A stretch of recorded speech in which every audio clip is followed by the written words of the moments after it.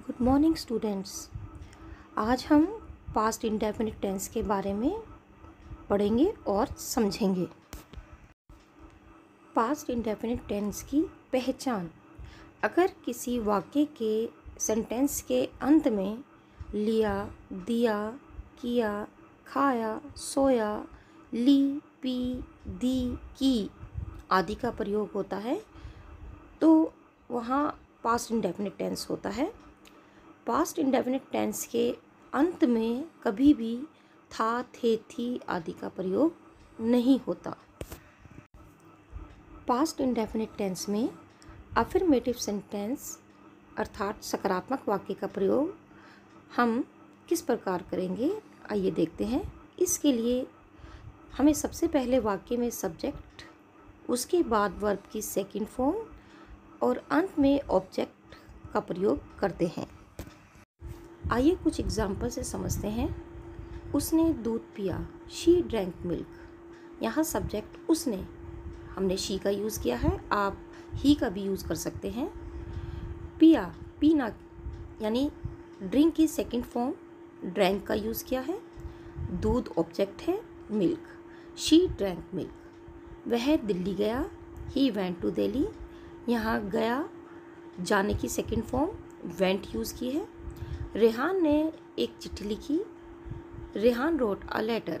Right wrote written second form wrote का use किया है। आइए अब हम पास्ट इंडेफिनिट पे नेगेटिव सेंटेंसेस अर्थात नकारात्मक वाक्य किस तरह से बनाएंगे उसे देखेंगे। इसके लिए हम सब्जेक्ट के बाद डिड नॉट का यूज़ करते हैं, उसके बाद वर्ब की फर्स्ट फॉर्म, फिर ऑब्जेक्ट लगाते हैं। उसने दूध नहीं पिया, she did not drink milk. यहाँ हमने नहीं पिया, डिड नॉट के बाद फर्स्ट फॉर्म ड्रिंक की यूज़ की है। वह दिल्ली नहीं गया, he did not go to Delhi.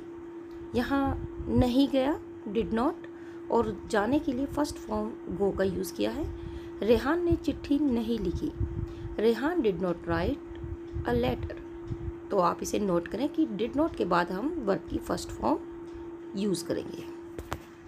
आइए अब हम पास्ट इंडेफिनिट टेंस में इंटरोगेटिव सेंटेंसेस अर्थात प्रश्नवाचक वाक्य का निर्माण किस प्रकार करेंगे इसे देखते हैं। सबसे पहले हम WH फैमिली के जो वर्ड्स हैं जैसे व्हेन, व्हाई, हुज, हुम आदि का प्रयोग करेंगे। उसके बाद डिड, सब्जेक्ट, वर्ब की फर्स्ट फॉर्म और ऑब्जेक्ट। अगर वो नेगेटिव में है तो डिड के बाद हम नॉट का यूज़ करेंगे। अक्सर स्टूडेंट कंफ्यूज होते हैं कि हेल्पिंग वर्ब से शुरू होने वाला या WH फैमिली से शुरू होने वाले क्वेश्चंस में क्या डिफरेंस है। मैं आपको बताना चाहूँगी, अगर किसी भी हेल्पिंग वर्ब से कोई क्वेश्चन शुरू होता है जैसे डू, डज, डिड या कैन, कुड, मे, माइट, तो आपको वहाँ आंसर यस और नो में देना होता है। और अगर WH फैमिली से जैसे व्हाट, व्हेन, हुम आदि से क्वेश्चन शुरू होता है तो आपको उसका पूरा आंसर देना होता है। जैसे डिड यू ईट, यस।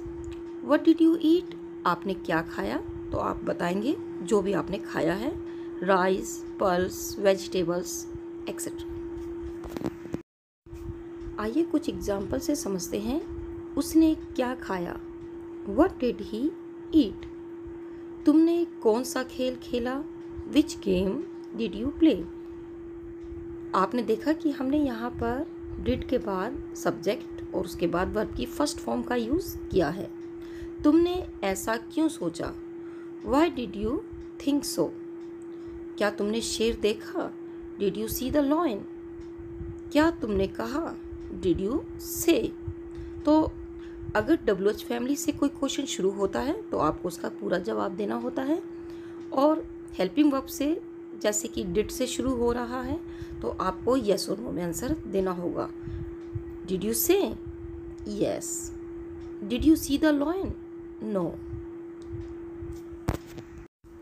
आशा है कि आज पास्ट इंडेफिनिट टेंस आप सभी को समझ आए होंगे।